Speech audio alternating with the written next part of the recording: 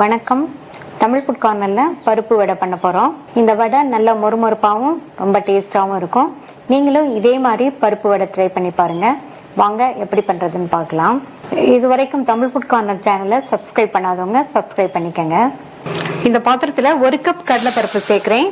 இதை 2-3 தடவை வாஷ் பண்ணிவிட்டு 3 மணி நேரம் ஊற வச்சுக்கலாம். இப்போ 3 மணி நேரமாக பருப்பு நல்லா ஊறிடுச்சு. இந்த மாதிரி 3 மணி நேரம் ஊற வச்சாதான் நமக்கு வடை நல்லா கிறிஸ்பாக இருக்கும். இதில் உள்ள தண்ணியை வடிச்சிடலாம்.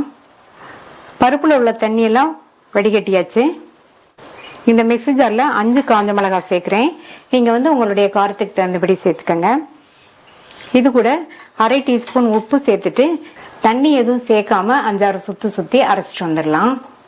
பருப்போட மிளகாய் சேர்த்து அரைச்சோம்னா சரியா அரைப்படாது. அதனால ஃபர்ஸ்ட் மிளகாவை 5-6 சுத்திட்டு அதுக்கப்புறமா பருப்பை சேர்த்துக்கலாம். இப்ப வடிகட்டி வச்ச பருப்புல பாதி பருப்பை இதுல சேர்க்கிறேன்.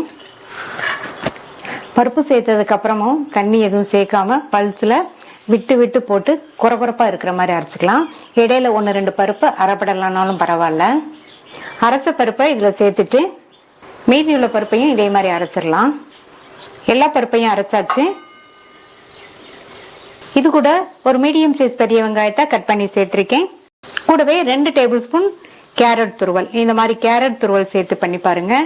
வடை நல்லா கலர்ஃபுல்லா சாப்பிட்றதுக்கும் ரொம்ப சுவையா இருக்கும். கொஞ்சமா பொடியா கட் பண்ண கறிவேப்பிலை இலைகள், பொடியா கட் பண்ண கொத்தமல்லி இலைகள், 1/4 டீஸ்பூன் பெருங்காய பவுடர், 1/2 டீஸ்பூன் சீரகம், எல்லாம் ஒன்னா மிக்ஸ் ஆகுற மாதிரி நல்லா பிசைஞ்சுக்கங்க.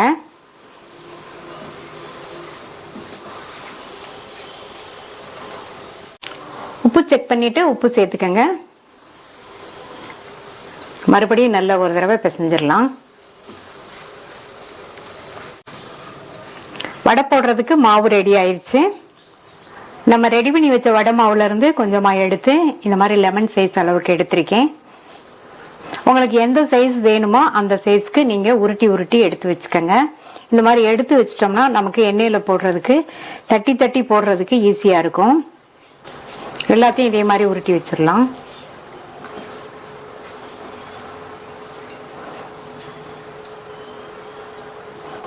அவ்வளவுதான், எல்லாத்தையும் உருட்டி வச்சாச்சு. இனி தட்டி தட்டி எண்ணெயில போட்டுடலாம். எண்ணெய் விட்டு சூடாயிடுச்சு.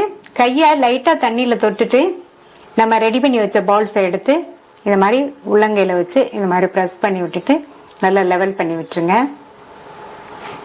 மெதுவா எண்ணெயில சேர்த்துடலாம்.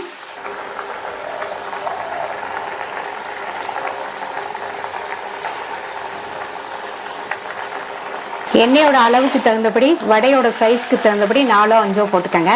நான் 4 வடை போட்டிருக்கேன். அதே மாதிரி ஸ்டவ்வை மீடியம் ஃப்ளேம்ல வச்சிருங்க.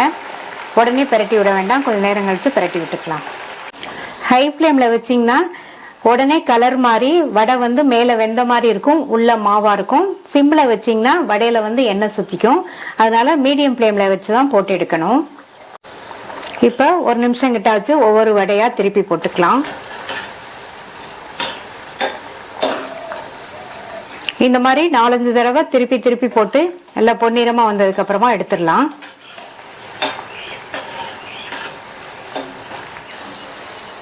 இப்ப வடை நல்லா பொன்னிறமா வந்துருச்சு.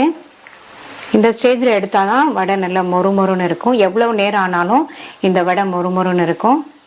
சுவையான மொறுமொறு பருப்பு வடை ரெடி ஆயிடுச்சு. மீதி உள்ளதையும் போட்டு எடுத்துடலாம். ட்ரை பண்ணி பார்த்துட்டு உங்க கமெண்ட்ஸை சொல்லுங்க. தேங்க்யூ.